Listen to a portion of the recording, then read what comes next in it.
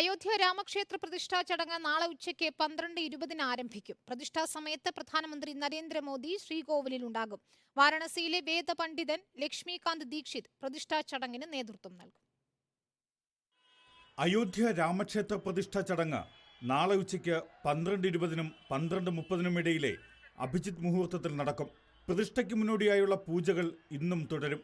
രാംലല്ലയുടെ വിഗ്രഹം കഴിഞ്ഞ ദിവസം ശ്രീകോവിലിൽ സ്ഥാപിച്ചു. ശ്രീരാമന്റെ 5 വയസ്സ് പ്രായമുള്ള നിൽക്കുന്ന വിഗ്രഹമാണ് പ്രതിഷ്ഠ. കൃഷ്ണശിലയിൽ തയ്യാറാക്കിയ വിഗ്രഹമാണിത്.